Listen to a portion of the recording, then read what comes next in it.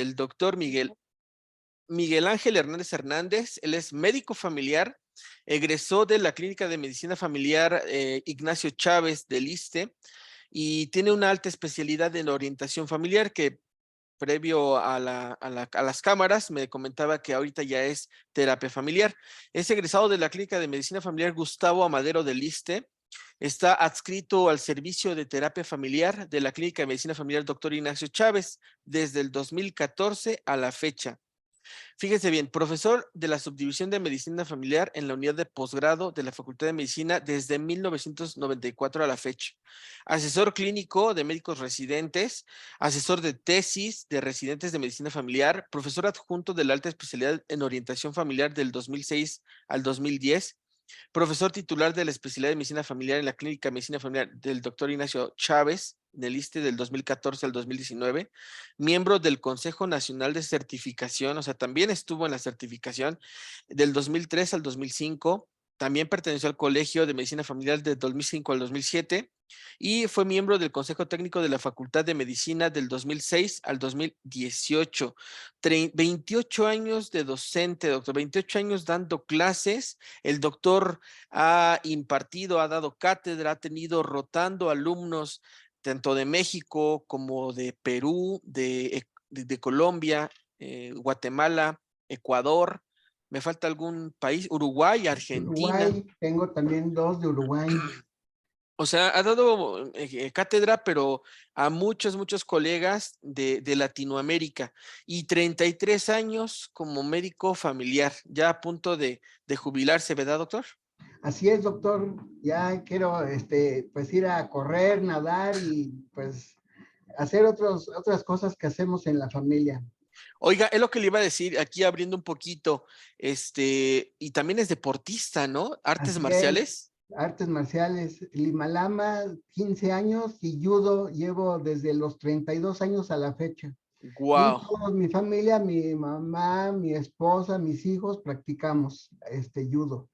Dos hijos dan clases de judo y bueno, han sido campeones nacionales, campeones, pues, Wow. pues nos gusta el deporte y corremos, nadamos y eso hacemos. No, y digo, lo bueno que usted es terapeuta, si no en un arranque de emociones, imagínese. No, no se crea. Sí soy de mecha corta. Y pues bueno, el día de hoy pues vamos a ver un tema que es muy importante, doctor, el paciente difícil o las relaciones difíciles entre los médicos y los pacientes. Y aquí quiero resaltar, nosotros como médicos pues toda nuestra vida estamos en esta dialéctica, en esta relación médico-paciente y que es muy importante porque de eso depende incluso el tratamiento, el éxito del tratamiento. Una mala relación médico-paciente puede llevar a la muerte, a un desenlace fatal, a una ruptura familiar, a una ruptura de pareja, al debut o el inicio de enfermedades, en fin, etcétera, etcétera, etcétera. Y también pues puede desgastarnos a nosotros como personas, como médicos, el no saber entender cierto tipo de emociones, por eso es que terminamos en demandas, por eso es que hasta llega a haber agresiones físicas, verbales, agresiones que llegan e incluso hasta culminar con la muerte, y no es que sea dramático, es que así sucede. Perdón, una mala relación médico-paciente implica muchos factores. El factores del tanto del médico, factores como del paciente, aborda cuestiones de la comunicación, a cuestiones de pues qué sé, la relación. O sea, para empezar, no sé si nos pudiera apoyar cómo definimos la relación médico-paciente. Bueno, usted toca puntos muy importantes. Me gustaría antes de contestarle, Claro, claro. bueno, pues señalarle, ¿no? Efectivamente, como médicos, pues muchas veces no nos enseñan cómo relacionarnos con los pacientes. Rotamos por un montonal de clínicas, pero nadie se sienta con nosotros a decir cómo hacerlo. Nos mandan como estudiantes, como internos, como residentes, ve y haz historia clínica, ve y atiende pacientes, pero nadie nos dice cómo realmente hacerlo. En medicina familiar, bueno, pues en el 2005 yo tuve la oportunidad de entrar a una alta especialidad, fui la primera generación y se Oh, llama orientación familiar. aprendí un poco de comunicación. Entonces yo le dije a mi jefe, en aquel tiempo el doctor Miguel Ángel Fernández Ortega, que fue jefe del Departamento de Medicina Familiar por casi 12 años, digo, oye, creo que hay que enseñarles comunicación. Esto va a abrir las puertas para que tengan éxito. Y dijo, sí, creo que sí, proponlo, vemos cómo lo hacemos. Y empezó medicina familiar a hacer una de las áreas de medicina donde empezamos a evaluar y a saber de comunicación. Después se metió lo del taller de autoimagen para que el médico viera sus efectos y aprendiera de esos efectos y sobre todo eso, aprender comunicación en la relación médico-paciente. Entonces, muy pocos realmente nos enseñan cómo hacer es una buena consulta. Entonces, la relación médico-paciente, ¿qué sería? Bueno, pues eso, ¿no? Una modalidad de las interacciones entre un paciente con su médico. El paciente, ¿qué busca? Pues satisfacer una necesidad de salud o una resolución de una situación de enfermedad. Y el médico, pues tenemos también una necesidad. Hacemos algo que nos gusta, que es la medicina, la especialidad que quiera. Pero ¿qué vamos a hacer? Pues tratar de darle una solución a problemas del paciente o incluso del familiar. Y bueno, pues esa sería una relación médico-paciente en esa interacción, pero tiene que ver mucho la comunicación. Y si no mal recuerdo, en algún programa previo veíamos de la comunicación, vimos la teoría general de la comunicación, y cómo era importante entender ese proceso, el transmisor, el receptor, cómo interactúan, cómo los canales de la comunicación, y entender ese proceso nos ayuda a ir evaluando cuando nosotros damos una consulta. Muchos pacientes se quejan que no los ven, no los escuchan, no les explican, no los tocan, o sea, no los revisan, nada más diagnostican. Y cómo van a creer en un diagnóstico si el paciente ni le preguntaron, ni lo exploraron y le dan un tratamiento. Y eso perjudica la relación médico-paciente. Entonces, sí es muy importante saber de comunicación. Y bueno, pues muchos residentes que han rotado conmigo, pues los voy llevando de la mano con todos estos elementos teóricos, desde aprender teoría general de la comunicación, los niveles lingüísticos de la comunicación, axiomas de la comunicación, alteraciones y patología de la comunicación, proxemia, y con todo esto, pues hacer una mejor relación asertiva con nuestros pacientes. Y bueno, pues con esto tenemos éxito porque el paciente realmente nos va a entender, vamos a quedar muy claras nuestras explicaciones y le va a gustar nuestra forma de relacionarnos. En un inicio yo lo invité para hacer un programa del paciente difícil, pero después usted me dice, no, pues es que es como la relación médico-paciente difícil, porque el paciente difícil porque recae solamente en el paciente, ¿no? El paciente agresivo, enojón, que también ignora al médico, que también llega con a lo mejor un ego muy elevado, pero la verdad es que a veces el paciente difícil es detonado por el médico difícil, ¿no? O sea, el médico es, en fin, es una dialéctica, son dos personas, dos partes, no podemos centrarnos solamente en una. Y en esa parte de la relación médico-paciente, que nuestro fin es pues el bienestar del paciente, yo siempre digo, no somos uno contra otro, somos dos personas, dos seres humanos que están buscando un objetivo, un fin. Dentro de esta relación médico-paciente, ¿qué tipo de elementos son los que se evalúan de valores, por ejemplo? Sí, mire, lo vemos mucho con los alumnos. Digo, miren, dense una vueltecita por los consultorios y vean qué hace el médico. Y van a ver si no es cierto. Se la pasan metidos en la computadora haciendo una nota. Y están en la computadora haciendo una nota. Algunos posiblemente estén revisando a algún paciente con la puerta abierta. Ajá. Entonces, algunos compañeros me comentaban, ¿no? En mi clínica había un médico que no cerraba la puerta y la tenía abierta, que porque había pacientes muy agresivos y así pues la gente viera cómo se comportaba. Entonces, ¿qué valores deberíamos de tener en la relación médico-paciente? Bueno, pues la primera, hablar con la verdad.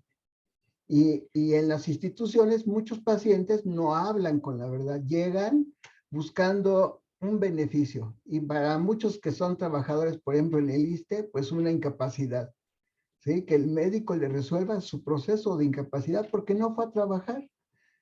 No sé en el IMSS qué tanto pacientes Ah, sean así, muchísimo, Doc. que llegan engañando y uno se da cuenta cómo te están diciendo que estaban bien mal, con fiebre, con diarrea y que no fueron a trabajar. Y uno les cree porque son los pacientes, pero uno confirma con las preguntas, con la exploración y bueno, encuentro que están mintiendo totalmente y uno se enoja o se molesta, o hay el que ni se enoja ni se molesta, está bien, le da la incapacidad, le da algún medicamento y ya se quitó un paciente de encima, un paciente que potencialmente puede ser el paciente difícil.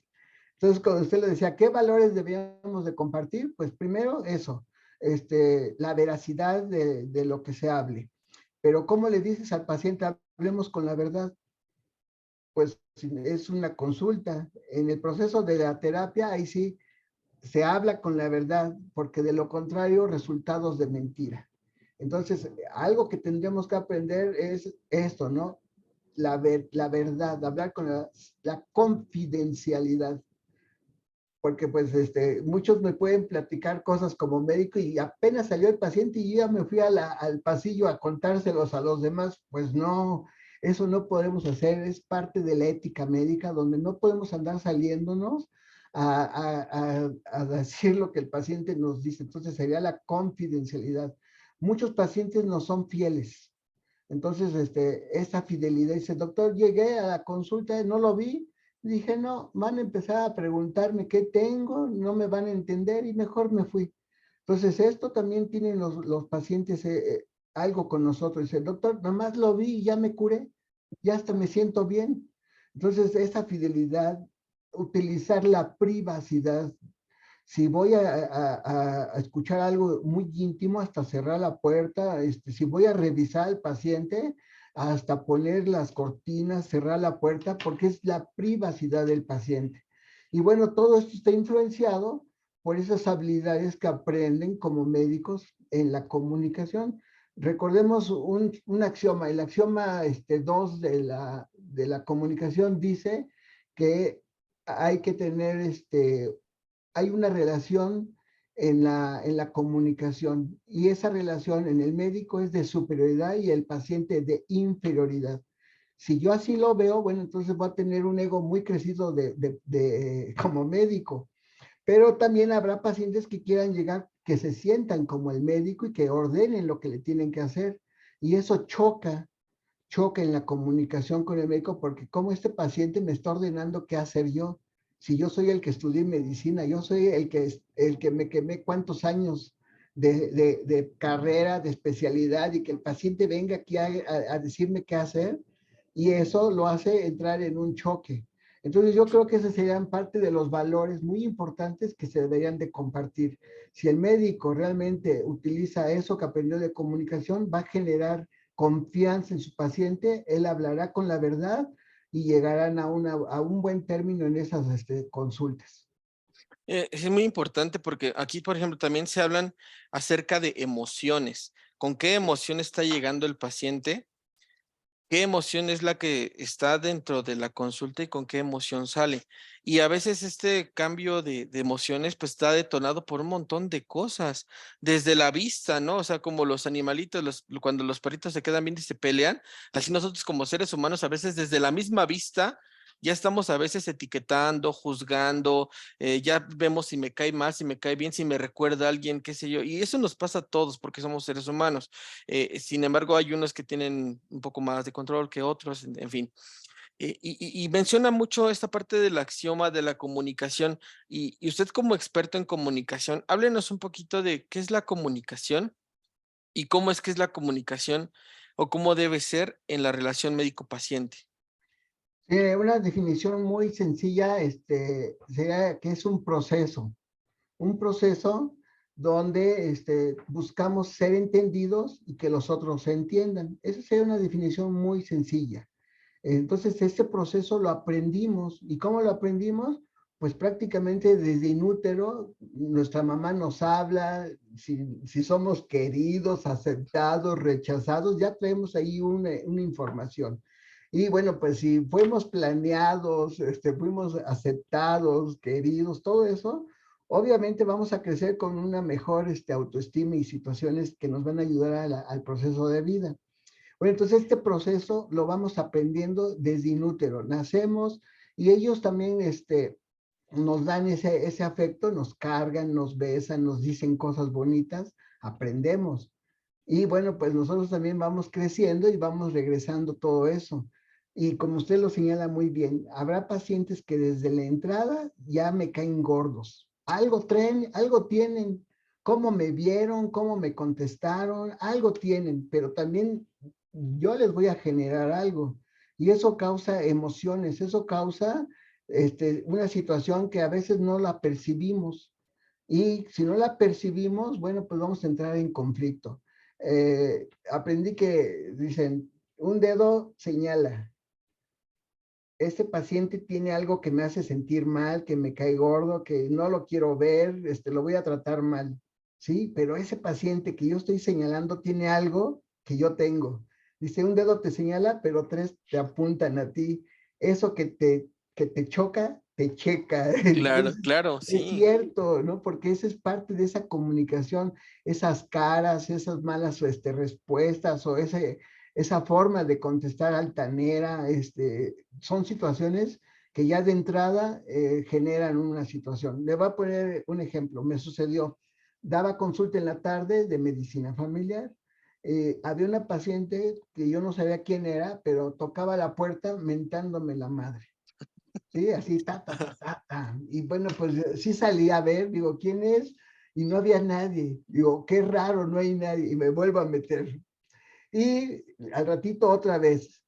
Entonces ya no abrí, al ratito entra la paciente que sigue, iba yo en tiempos bien, pues en el ISSSTE nos daban 20 minutos, bastante cómodo, y dice la paciente, doctor, la señora del saco rojo que está allá afuera junto a la puerta es la que está peleando, es la que está echándonos a conflicto contra usted, pero ni le hicimos caso porque usted es nuestro paciente, pero es la del saco rojo.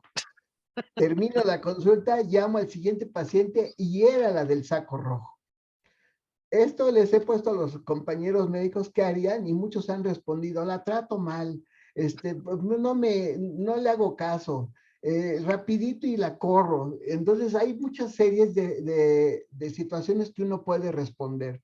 Yo a ella le dije, no me voy a enganchar, yo trabajé conmigo mismo, el que me tocaran la puerta, que me enojaba mucho y que salía a pelearme, yo lo trabajé y dije, no me voy a enganchar, quiero estar feliz, quiero hacer las cosas bien, irme a mi casa tranquilo. Entonces ya entró la señora, buenas tardes señora, no me contestó. Tome asiento, por favor, no se sentó. ¿En qué le puedo ayudar? Y me contestó en nada. Digo, era un paciente que iba a pelear, así ya desde que me estaba mentando la madre, ya me estaba agrediendo, pero yo, ¿qué hice? Apliqué lo de la comunicación, no te enganches, sé maduro, sé positivo. Y yo ya había trabajado eso que me tocaran, porque sí me molestaba mucho. Y entonces le digo, señora, ¿nos conocemos? No. ¿Le hice yo a usted algo? No. Digo, es que la saludé, no me contestó. Le invité a tomar asiento, no se sentó. Le pregunto que en qué le puedo ayudar y me dice usted que nada. Entonces yo no sé qué hago aquí. Se sentó, se puso a llorar, me pidió disculpas. Si yo no hubiera conocido todo este proceso, hubiera entrado en choque como algunos compañeros. Tratarla mal, humillarla, no sé, tantas cosas que uno puede hacer. O pues ni escucharla y pues a ver, vine por medicamento, le doy sus recetas y vámonos, ya terminé la consulta. Pues no, yo apliqué esa parte. Y Este, todo lo que me estaba hablando está muy molesta, muy enojada y seguramente algo está sucediendo. Y entonces ya me empezó a decir, sí, doctor, fíjese que no tengo mi medicamento, no ha habido, llevo 3 meses, me cuesta 1,000 pesos y no me alcanza con mi pensión. Si yo no hubiera entendido eso, bueno, pues la señora, le digo, señora, yo no me robo el dinero. Eso le toca a los que compran los medicamentos. ¿Y qué cree? A veces ni es el director, ni es el de la farmacia, ni somos los médicos. Es más allá arriba. ¿Quién se robará el medicamento? ¿Quién se robará el dinero que no lo tenemos aquí? Y se tiene razón, discúlpeme. Y bueno, pues ya empecé una consulta bien, le mandé el medicamento y bueno, fue a la farmacia y efectivamente no había medicamento, pero había la promesa que llegaría en los próximos días. ¿Sí? Teníamos meses sin el medicamento y ya estaba la señora desesperada. Entonces, entenderle su proceso social, su proceso de pensión, tercera edad, sin quien la apoye, pues para cualquier otro que no hubiera tenido esa tranquilidad, pues ni lo hubiera entendido y se hubiera peleado con la señora, hubiera sido un paciente difícil, el peleonero, el que me agrede, el que no me entiende, etcétera, etcétera. Hay uno de los principios toltecas dentro de los 4 acuerdos que se llama no te tomes las cosas personal. Creo que ese es un principio que si lo aplicáramos tendríamos una sociedad diferente. El no tomarse las cosas personal, porque la mentada de madre, pues en realidad, si uno se la toma personal y uno como mexicano dice, pues, como dice, no, al mexicano no le hables mal de su equipo de fútbol, ni de la Virgen Marina, ni le mientes la madre, porque uff. Entonces, pero decir, bueno, me está mentando la madre, pero las personas no nos hacen enojar. Las personas actúan y nosotros decidimos qué nos hace enojar o qué no. Y esa parte de no tomarse las cosas personales creo que es bien manejada en ese caso que nos pone.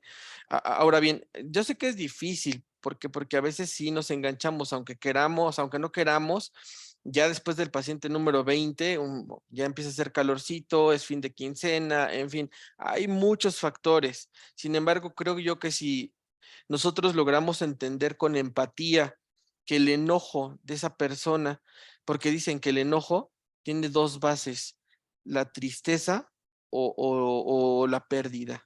Entonces, cuando ustedes vean un paciente enojado, mejor hacer un stop y en lugar de engancharse, hacer un análisis, una conciencia de qué perdió esa persona o qué no tiene o por qué está triste. Y ahí, como usted lo manejó con la paciente, van a salir un montón de cosas. Ahora, en menciono paciente difícil. ¿Existe una definición como tal de paciente difícil? ¿O cómo usted cataloga a un paciente difícil? ¿Qué es un Sí, paciente difícil? hay autores que ya han definido y algunos dicen que el paciente difícil es un grupo de pacientes que frecuentemente están afectados por enfermedades relevantes. Mm, Sí, pudiera ser una enfermedad terminal o una enfermedad mental y que tienen esta situación de que nadie los entiende y son capaces de producir distrés en el médico y ok. sobre todo en el equipo que lo atienden, porque ya van peleando desde la entrada con el policía, con el de archivo, con la enfermera y ya llegan con nosotros, pero más que calientitos, más que corta la mecha, ya están explotando.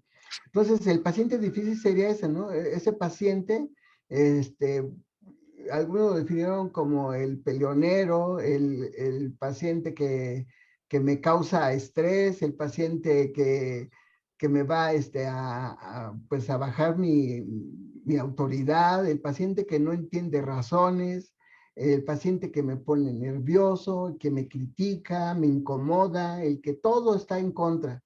Entonces, ese sería un paciente difícil. El hiperfrecuentador, Ok. a cada rato está en la consulta, no le encontramos nada y le mandamos a hacer todo y todo sale normal. Bueno, pues algo está pasando, como usted lo señala bien, algo que no hemos evaluado. Y ahí es donde entra esa visión del médico familiar donde tiene que ser integrador, integral. No es un paciente puro, sino inmerso en una familia. Y si no estamos entendiendo eso, pues no le vamos a entender la sintomatología que él trae.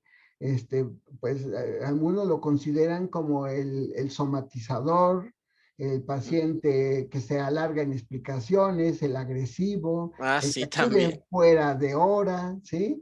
Entonces, el paciente psiquiátrico, y les pongo un ejemplo, había una paciente en el expediente, tenían ya como 5 consultorios, que pase a su consultorio, no pasar al 2, que no pase al 3, y chin, todos tenían ahí escrito algo de que no los pasaran, y cuando llega, pues era de mi consultorio, y digo, chin, así ya de entrada, digo, chin, este paciente va a ser complicado, y pues yo así traté de hacer las cosas que aprendí, saludarlos de entrada, verlos a sus ojos. Primero llamarlos por su nombre, no el uno, el dos, del que pase, el que viene, no.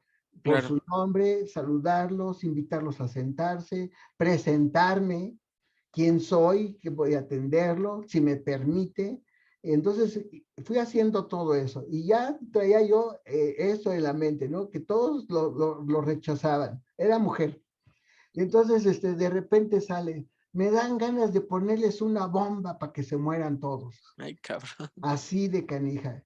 Y entonces yo, ya con esta parte, ya, y ella, digo, oiga, ¿y por qué quiere destruir mi lugar de trabajo? ¿Por qué quiere dejar a mis hijos sin padre, sin un sustento?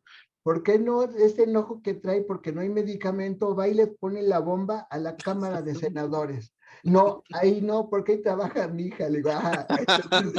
Entonces, yo sí que pierda mi trabajo. ¿Y qué cree? Que con eso se acabó el enojo de la señora, se empezó a reír. Al rato ya me traía a sus hijas, dice, este es mi médico familiar, este sí me entiende, este sí me ayuda, y yo quiero que sea su médico también de ustedes. Entonces, a veces es esta parte, ¿no? Realmente aplicar lo que aprende uno en esta parte del lenguaje de nuestro cuerpo, que si no te veo, no te escucho, no te entiendo, pues el paciente va a estar más que enojado. Claro. Entonces, ese sería, ¿no? Ese paciente difícil. Y como usted lo dijo hace rato, ¿es el paciente difícil o también el El médico médico que difícil. participa en esta parte? Antes de pasar a esa parte porque sí me gustaría que nos hablara de las características del médico que forma parte de esta relación difícil. Vamos a leer un poquito los comentarios y ahorita vamos a esa parte del médico. Se están conectando muchas personas. Muchas gracias a todos los que están ahorita escuchándonos. Lupita Flores dice, buenas noches, saludos, doctor Hernández. Eminencia, la doctora Lupita Flores. El doctor Leonardo Daniel Flores, saludos enormes, excelentes médicos. Un saludo. Diego Aguirre Palacios, buenas noches, buen programa. Muchas gracias. Un saludo a Diego Aguirre hasta Ecuador que nos está escuchando. Trini León, buenas noches. Dice Limón Dulce, saludos desde Chihuahua, un abrazo hasta Chihuahua. El doctor Rodrigo Villaseñor, estimado Víctor, gran programa, definitivamente un tema prioritario para los profesionales de la salud y con un experto, nuestro amigo el doctor Miguel Ángel Hernández Hernández, claro que sí. Dice Trini, muy cierto, se suceden una serie de eventos que confluyen cuando llegan con el médico familiar. Si coincidimos con algún conflicto del médico, pues resultará caótico y nos parecerá, no se parecerá en nada a la relación médico-paciente que hablan los libros, claro está. Narciso Berreda, saludos desde Puebla, un saludo hasta Puebla. Susana Mercado, buenas noches, excelente programa. Como todos los jueves, gracias doctor Juárez por hacerlo posible, muchas gracias. Dice aquí, ya, buena ponencia, pero igual y si tratamos bien al paciente para lograr empatía, la institución donde laboramos no debe sufrir descalificaciones por parte nuestra. Descalificación es parte, mucho éxito, excelentes intervenciones. A ver, es que no entendí muy bien. Dice, igual si tratamos bien al paciente para lograr empatía, la institución donde laboremos no debe sufrir descalificaciones por parte nuestra. Bueno, ahorita lo abordamos. El hiperfrecuentador puede ser el chivo expiatorio y estar cursando con algún problema o crisis y no lo interpretamos. Jimmy Ortega, saludos, doctor. Cindy Leren, saludos desde Ciudad Juárez al doctor Hernández, un experto en estos temas. Claro que sí. Pues aquí hay dos cosas. Dice la doctora Trini que un hiperfrecuentador es un chivo expiatorio. Entonces, lejos de poder verlo como un paciente molestoso, que otra vez viene este señor, otra vez, pues es una gran área de oportunidad para apoyarnos, no sé si haya servicio de psicología, trabajo social, la enfermera, no sé, hacer un equipo multidisciplinario y lograr profundizar más que estar dando medicamento nada más. ¿Qué nos podría decir acerca de este paciente que es hiperfrecuentador y que se le da el título también de un chivo expiatorio? Bueno, creo que ese título que le da la doctora es una a motu propio, ¿no? Como ella lo vería. No, el chivo expiatorio en familia sería ese paciente, más bien ese integrante de la familia que se comporta llamando la atención, haciendo cosas para llamar la atención, para distraer problemas de padres, entre otros hermanos, y eso sería el chivo expiatorio. No, yo creo que aquí, más que nada, si somos médicos familiares, tendríamos que evaluar al paciente inmerso en la familia, y muchas veces traen problemas que no pueden precisar, que no pueden enfrentar. Y bueno, pues su forma es siendo somatizadores. Le voy a poner otro ejemplo, porque a mí me gusta que con ejemplos quede. Esta pacientita, también nadie la quería, pobrecita, una paciente como de 70 años. Y entonces, como estos días que luego nos quitan un poco de consulta porque va a ser el 15 de septiembre o el 10 de mayo o el 24 de diciembre, ella le encantaba ir esos días y pues ya me la pasaban a mí porque pues ya me pedía. Entonces yo me atreví y le digo, oiga, este, ahorita podría estar usted con su familia. Y empezó a decir cosas de la familia, pero terribles, terribles. Digo, entonces sí tiene hijos. Dice, sí. Digo, entonces los hijos no conviven con usted, no. Son unos, ya me dijo tantas groserías de ellos. Digo, entonces el problema no era realmente el agredir a los médicos, sino el buscar ir a la consulta para que le escucharan, le vieran sus enfermedades y que bueno, pues vieran qué tenía. Y entonces cuando empiezo a abordar la familia me doy cuenta que era una pues mujer sola, jubilada, que llevaba muy mala relación con los hijos y que no lo había enfrentado. Entonces, ¿con quién se desquitaba? Bueno, pues desgraciadamente en la relación médico-paciente, con el que le tocara y que pues acababa mal con ella. Entonces, esa es la parte que nosotros tendríamos que empezar a aplicar, esa integralidad, ver no nada más las enfermedades, sino esas enfermedades qué representan para ellos. Entonces, yo creo que eso más que chivo expiatorio sería ver las situaciones familiares que traen arrastrando, que no lo pueden decir, que no lo reconocen incluso, y que bueno, pues es la parte que nosotros al evaluar familia descubrimos.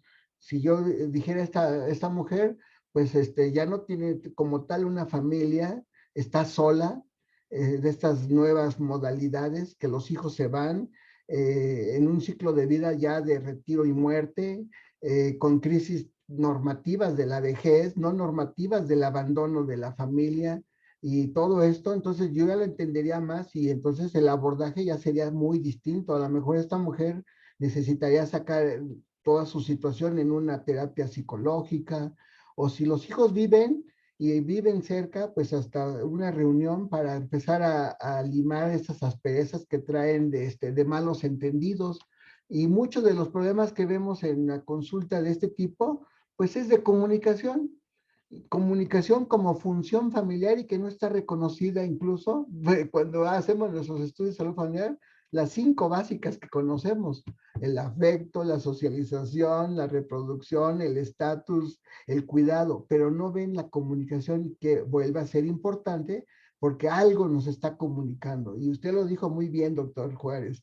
¿Qué nos dice ese gran enojo que trae? Y nosotros en México lo clasificamos, enojo queda aquí, pero somos mexicanos y vamos más arriba, vamos más arriba. Sí, claro. A veces no nos quedamos con el nivel que sigue, sino todavía hasta el cielo y más allá. Más allá, los mexicanos somos intensos y eso nos hace otra vez pues alejarnos con nuestros propios hijos, nuestras propias esposas, la esposa, la familia, y con nuestros médicos, pues con nuestro médico, porque no me lo van a cambiar. Si es del seguro, es el que te toca y no cambias, es que el que te toca.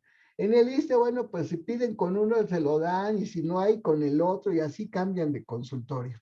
Y eso también hace ser una situación difícil, porque ¿quién lo va a entender? Claro, no hay, Pues se pierde nada, la continuidad. así es, se Me pierde voy a la salir, continuidad. me voy a salir un poquito del tema porque me parece importante y usted como terapeuta creo que nos puede apoyar mucho. Yo creo que los seres humanos respondemos de manera biológica. Por ejemplo, un bebé cuando tiene hambre, cuando ya se hizo popó, cuando está incómodo, pues llora y grita y de esa manera, ¿qué obtiene? Atención, primeramente, que lo volteen a ver y de repente que le apoyen a sus necesidades. Pero cuando somos adultos y vamos creciendo, ese llanto se convierte a veces en enfermedades, a veces en padecimientos. Entonces, es lo que comentaba del chivo expiatorio. Una persona que está enferma, a lo mejor de manera inconsciente se está enfermando o está exacerbando sus enfermedades porque como bien lo mencionaba en el ejemplo, es una persona que vive con soledad, que cada vez hay más y que está pidiendo atención, pero por un problema de comunicación no sabe cómo relacionarse con sus con sus seres queridos o con, o con sus amigos para poder obtener, bueno, para poder contrarrestar esta soledad. Y el recurso que utiliza, pues, es enfermándose, saboteándose su tratamiento. Nosotros como médicos familiares no terapeutas, ¿qué recomendaciones nos daría en este caso de que nosotros estamos identificando que esta persona pues está entorpeciendo su curso natural de una enfermedad y que estamos notando que a lo mejor es un recurso que está utilizando para poder obtener atención de sus familiares sin caer en el juicio, de decir, es una persona que se hace la víctima, ¿no? Y nada más quiere atención, sino pararnos desde otro lugar para poderlos apoyar.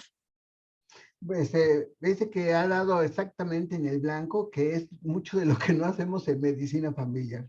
La gran mayoría de médicos familiares institucionales, pues nos institucionalizamos. ¿Qué hacemos? Dar una consulta curativa. Me escucho qué me dice, doy mi receta y si tengo que mandarlo a alguna interconsulta, doy mi interconsulta y adiós. Pero no, eso no es ser médico familiar. Entonces, el médico familiar tiene que evaluar a su paciente en esa otra forma integral. Y bueno, pues el médico sabe hacer un abordaje, sabe hacer una historia clínica, pero también sabe hacer genogramas. Y muchos no creen en los genogramas. ¿Por qué? Porque no les enseñaron, porque no saben analizarlos. Pero si yo abordo al paciente, oiga, quiero hacerle un abordaje distinto a lo que han hecho, ¿podrá venir? Y empezarles a preguntar de su familia, de su historia de vida, empezamos a descubrir esas situaciones.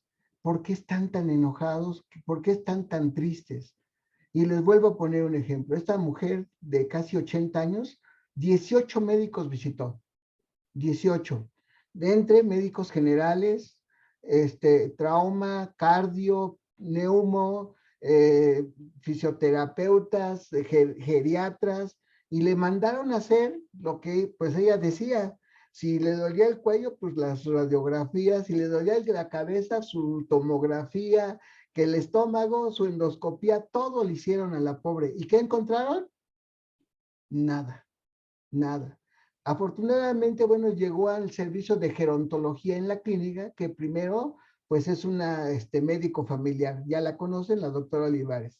Después hizo geriatría y después entonces hace el curso de alta especialidad de gerontología y con esa visión médico familiar dice, bueno, yo creo que tiene algo más. La manda conmigo y cuando le empiezo a evaluar desde esta visión, que ustedes mismos como médicos familiares pueden hacer cuando se dan un tiempecito, venga para que le haga su genograma, lo que descubriera eso, la perla de la familia, la hija menor, la hermosa, la talentosa, pues había echado a perder su vida.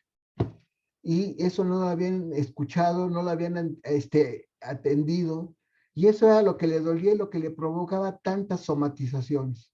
Entonces, ¿qué hacer? Pues hacer una evaluación más integral, y lo sabemos hacer. Entonces, un genograma sería una introducción a hacer esa evaluación.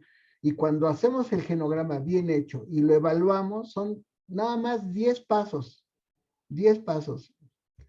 Hacer clasificación sociodemográfica. Y en la clasificación sociodemográfica, una integrante es las funciones familiares. Y ahí nos descubrimos cuántas cosas se perdieron en esas funciones familiares. Y empezamos a hacer clasificaciones y ahí descubrimos cómo viene arrastrando tantos problemas. Y esta mujer se culpaba porque pues esta hija hermosa, que pudo haber sido una artista famosa, echó a perder su vida. Cayó en las drogas, en el alcohol, y eso le dolía mucho, porque ella ya se veía ya vieja, de casi 80 años, y que esta hija de casi 38, 40, pues iba a perder todo porque pues había caído en el alcohol, las drogas, y no la podía hacer entender. Y bueno, pues si ella, que no podía y no sabía explicarlo y nadie le escucha porque, a ver, cardiólogo, yo corazón, no escucho más, vaya a llorar con su médico familiar, y si el médico familiar tampoco, pues ¿quién la va a Sí, escuchar? ¿quién la va ¿Quién a la va a escuchar? escuchar? Entonces, eso se descubrió, y sí tenía dolor, sí, y mucho dolor, pero empezó a enfrentar todo eso y empezó a tomar decisiones. Claro, tenía una culpa tremenda. Aquí necesitaba Claro, ella resignificar ese hecho para poder darle salida a su vida, porque si no, de lo contrario, ¿y cuánto tiempo, cuánto dinero, cuántas cosas invertidas que se hubieran podido, pues ahora sí que no se hubieran realizado si se hubiera acercado más a módulo de salud mental o un abordaje diferente o un médico familiar que, como usted dice, hubiera indagado un poco más y tomado acción desde otro lugar? Vamos a leer más comentarios. Dice Cindy Lerens, saludos desde Ciudad Juárez, si ya lo había leído. Dice Marta Patricia, saludos, doctor Hernández, felicidades. Lucía Peña, saludos, cuñado desde Oaxaca, excelente médico. Eury Martínez, buenas noches, ambos maestrazos, muchas gracias. En respuesta a quien dijo que no debemos hacer quedar mal a la institución, la propia institución hace quedar mal con la gente que comete actos en el poder. No defendamos lo que está mal y no seamos cómplices ni encubridores del crimen y o la justicia. Yo creo que ambos tienen razón. Si es un tema que pues, lo vamos a abordar en un programa diferente.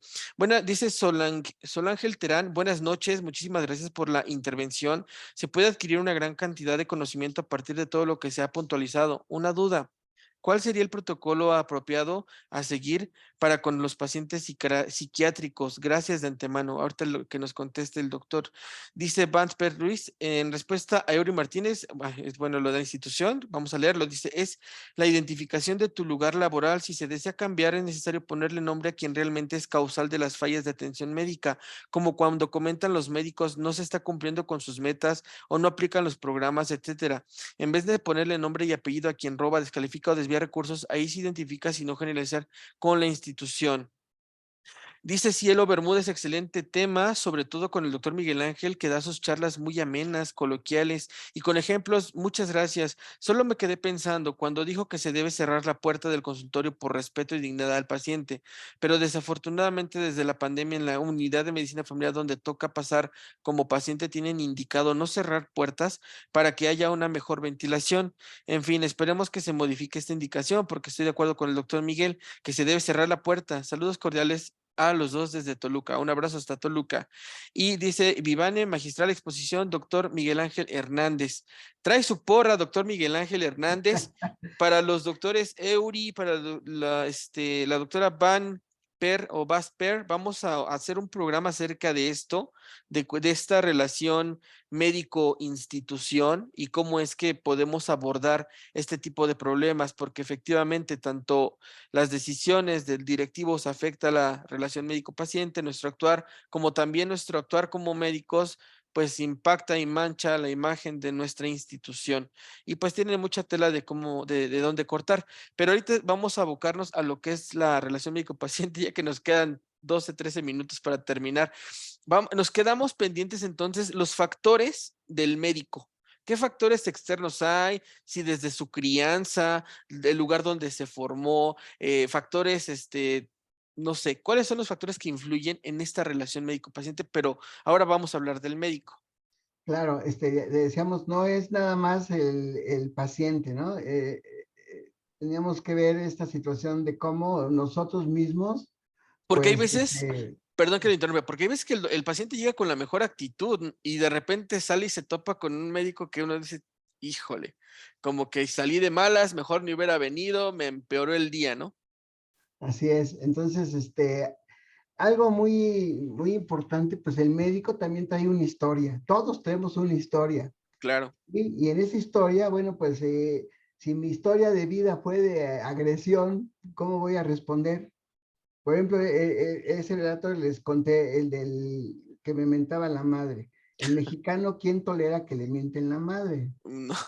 Pues muy pocos toleramos. Entonces, sí, lo que hacemos es salir a pelear. Bueno, entonces, ¿qué tanto ya venimos arrastrando? Una personalidad, un temperamento. Ustedes dicen, ay, el doctor es bien tranquilo. No, pero para nada, ¿no? Sí, a veces uno responde porque pues así aprendió, pero podemos modificarlo. Claro. Y dicen que entre más leemos, más cambiamos. Y puede ser que sea cierto, ¿no? Pero a veces hay situaciones de riesgo que, bueno, pues tiene uno que defenderse. Entonces, ¿qué características tiene ese médico? Bueno, pues de las características sería eso, ¿no? Que, que, que, que, cómo nosotros vivimos la agresión desde la infancia. Qué tanta capacidad tenemos de afrontar problemas y tener pues éxito o fracaso en situaciones como estas. Y les vuelvo a poner un ejemplo. Un compañero mío le encanta la situación de la administración. Entonces iba bien enojado, le digo, ¿qué pasó? Es que me acaba de pegar un paciente. ¿Cómo que te pegó? A mí me hubiera pegado, no, ya hubiera quedado, pero en el hospital. No, no hagas eso, te corren y te va mal. Digo, ¿pero qué pasó? Dice, bueno, mira, se vino a quejar de uno de los médicos y pues yo lo conozco al médico y digo, pues vamos a preguntarle cuál es su visión, porque usted me está dando la suya, pero yo tengo que escuchar a mis médicos. E íbamos caminando cuando de repente me empezó a golpear por la espalda. Digo, ¿y qué hiciste? Pues me dejé. Le digo, ¿cómo que te dejaste? Yo no me hubiera dejado.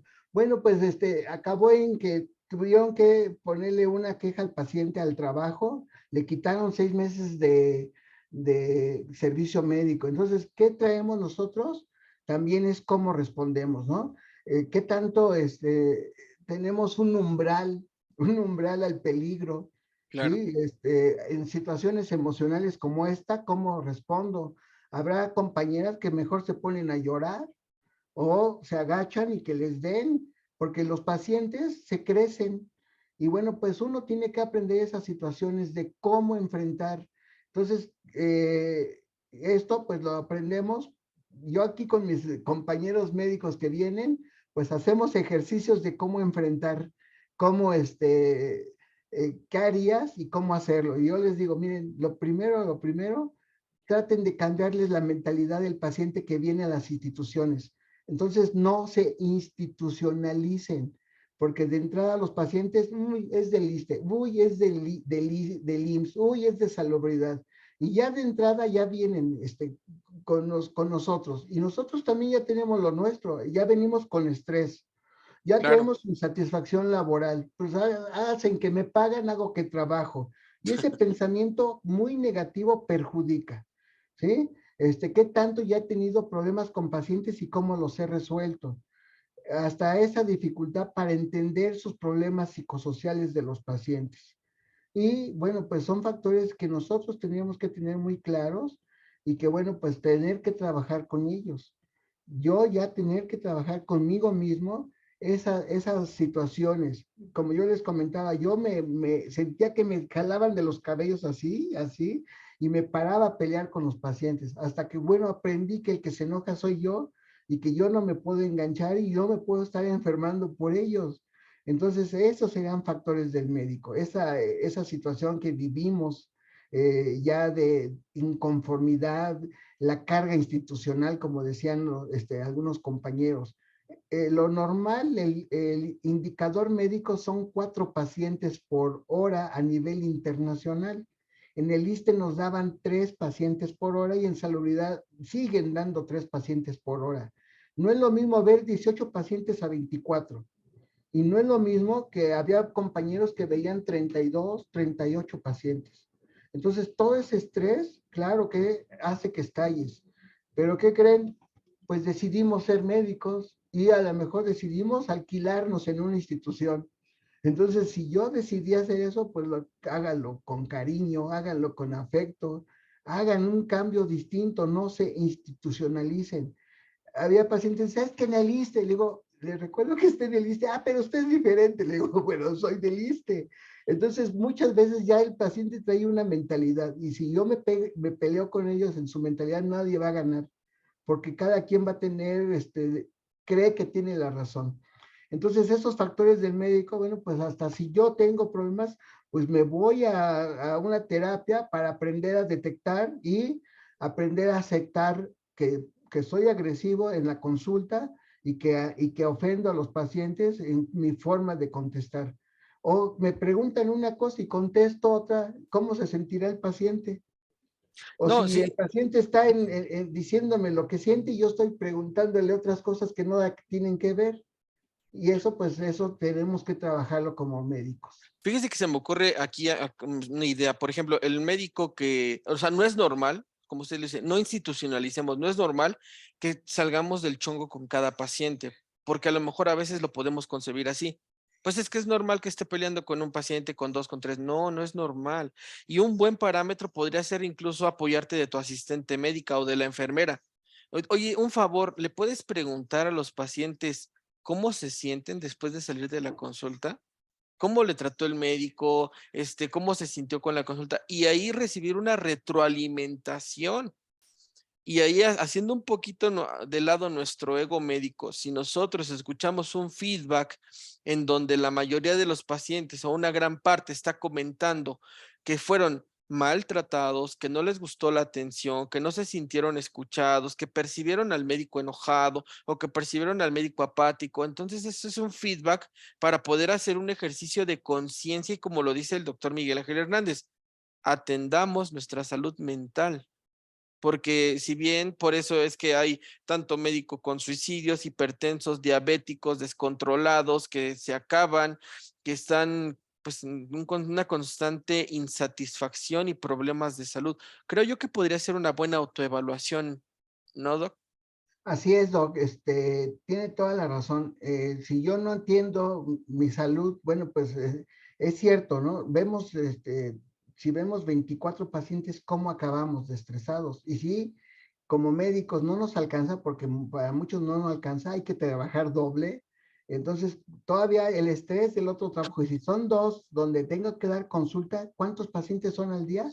48 pacientes. 48. ¿Cómo voy a acabar? ¿Y qué hago para quitarme el estrés?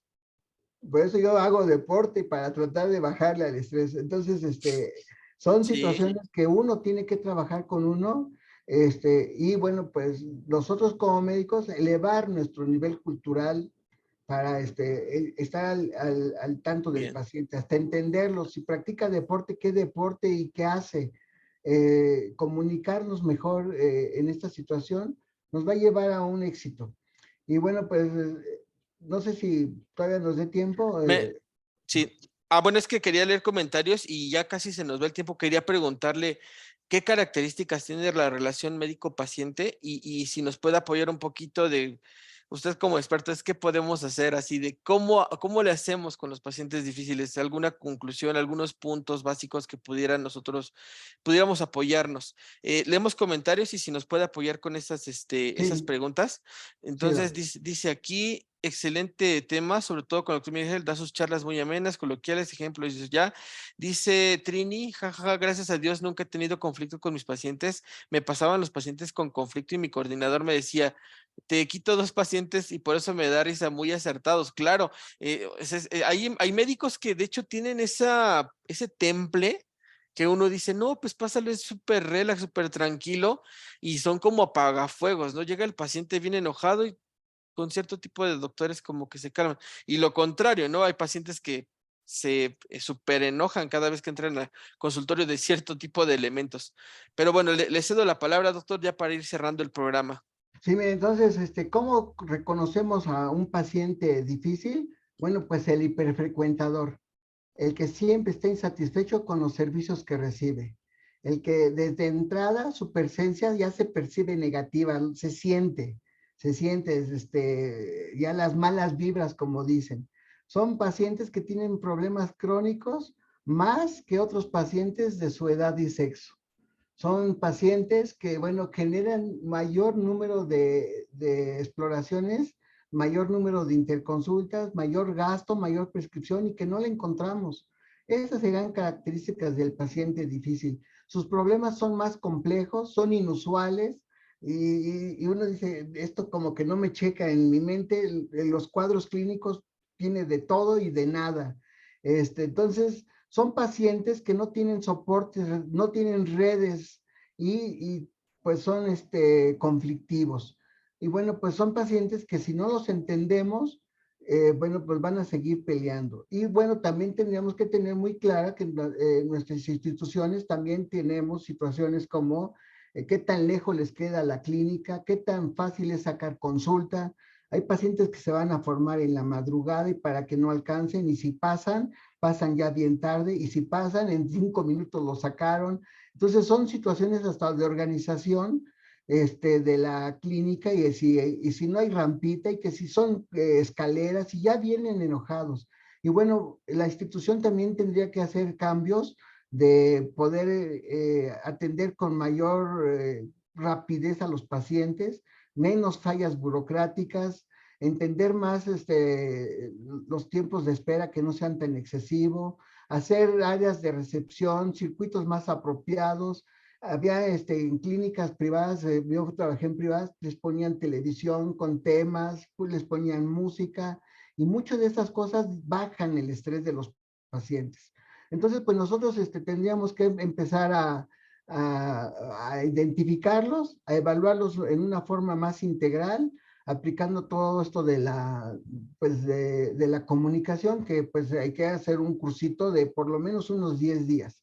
Y si además aplicamos pues, el saber de familia, vamos a entenderlos y vamos a poder ayudarles a que acepten que tienen que tener pues, una situación de salud mental también ellos y que bueno, pues mandarlos a psicología o incluso a psiquiatría, a que los analicen un poco más. Si yo no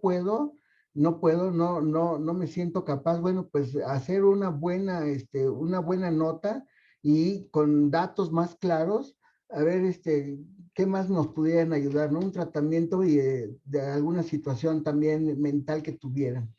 Y bueno, pues sería esa parte que nosotros podríamos empezar a cambiar esa actitud negativa por una positiva, empezando desde el saludo, una sonrisa.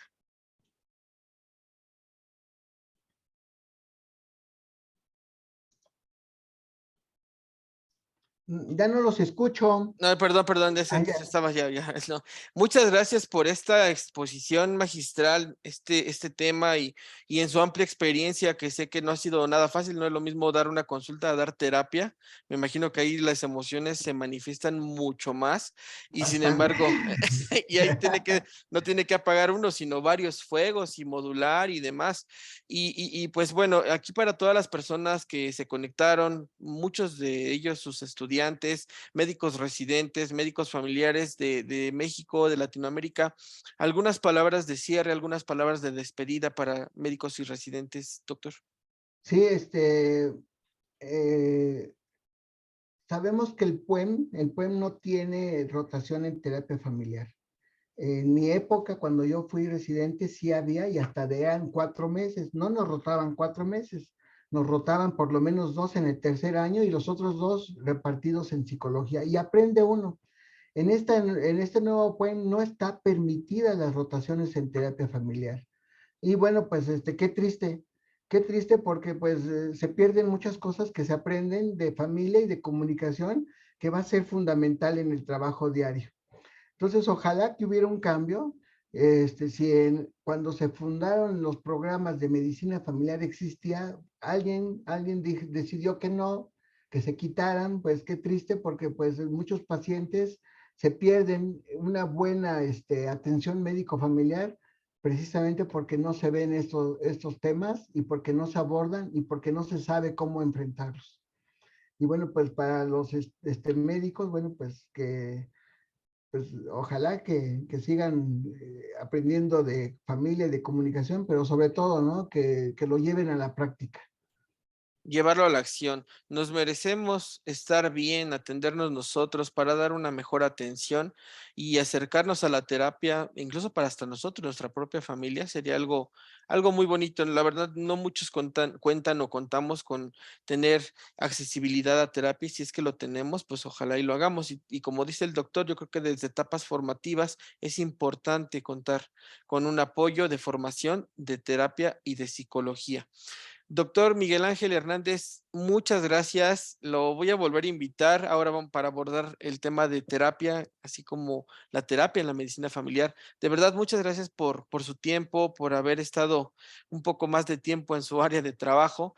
Y pues a todas las personas que nos escuchan, también muchas gracias. Ya saben, este espacio es para ustedes, el estetoscopio entre médicos familiares. Muchas gracias y nos vemos el próximo jueves. Muchas gracias, doctor. Gracias por la invitación y felicidades a todos los compañeros que están ahí con nosotros. Excelente. Un Bien, saludo a todos los que rotan felicidades. ahí. Hasta luego. Hasta luego.